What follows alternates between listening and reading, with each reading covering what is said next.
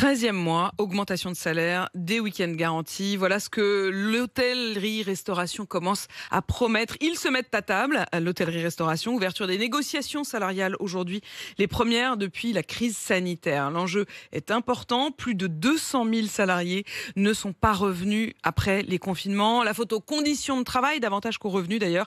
Et le secteur a reçu énormément d'aide pendant la crise, 8 milliards d'euros. Alors, qu'attendent les salariés des hôtels et des restaurants ? Comment faire revenir ceux qui sont partis? C'est le reportage de la rédaction. Il est signé ce matin, Marilyn Notman.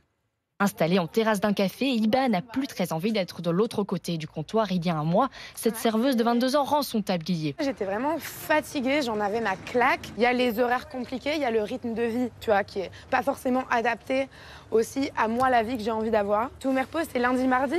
Et je sais pas qui c'est qui sort le lundi, mardi, mais pas mes potes, en tout cas. C'est vraiment sous-payé comme métier, quoi. La principale organisation patronale du secteur est prête à négocier des hausses de salaire jusqu'à 9% de plus, mais pas de quoi convaincre Barnabé, lui aussi serveur rémunéré au SMIC. Sa lettre de démission est presque écrite. C'est des conditions qui sont extrêmement pénibles, extrêmement dures.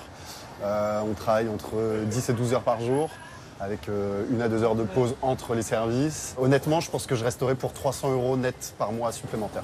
Voilà. Et pas quelques dizaines ou centaines d'euros, et pas comme le président l'a annoncé, la défiscalisation des pourboires, qui est pour moi de la poudre aux yeux. Certains patrons prennent les devants, comme Alexandre Sarano, directeur adjoint d'un hôtel parisien. Ses salariés sont libres un week-end sur 2. Il y a des gens qui sont comme nous, comme tout le monde, qui ont une vie personnelle et de famille à côté de leur travail. Et il fait des efforts sur le salaire aussi. Le plus bas pointe à 1 700 € net. Il y a beaucoup de gens qui ont décidé de tourner la page de l'hôtellerie-restauration pour aller vers d'autres voies. Et donc forcément, si jamais les salaires sont trop bas, vous ne trouverez pas chaussures à votre pied. Les salaires pourraient être encore mieux, je pense, si certaines choses étaient changées. Un patron aujourd'hui, il a plus d'exonération en payant les salariés moins bien.